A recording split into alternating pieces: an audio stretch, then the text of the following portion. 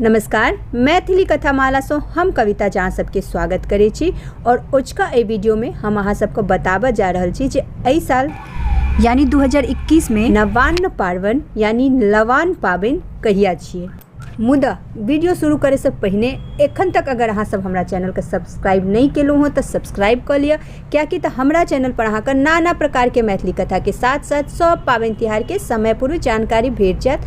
और ई वीडियो पूरा देखब और अगर ई वीडियो पसंद आवे तो वीडियो का लाइक कर देबे। तो देर नहीं करे, चलू आप वीडियो शुरू करे छी। नवान्न पार्वन मिथिला के एक प्रमुख पाबनि में से एक छियै। एहि दिन नवका कुटल धान के चूड़ा से ब्राह्मण भोजन करायल जाइ छै और ओकर बाद ओकर व्यवहार कयल जाइ छै। एहि साल यानी 2021 में नवान्न पार्वन यानी कि लबान पाबनि छियै 6 दिसंबर 2021 दिन सोमवार का। अगर अहाँ का कोनो पाबनि के बारे में जानकारी चाहिए जे ओ कहिया छियै तो अहाँ एक बेर हमर प्लेलिस्ट जरूर चेक करब।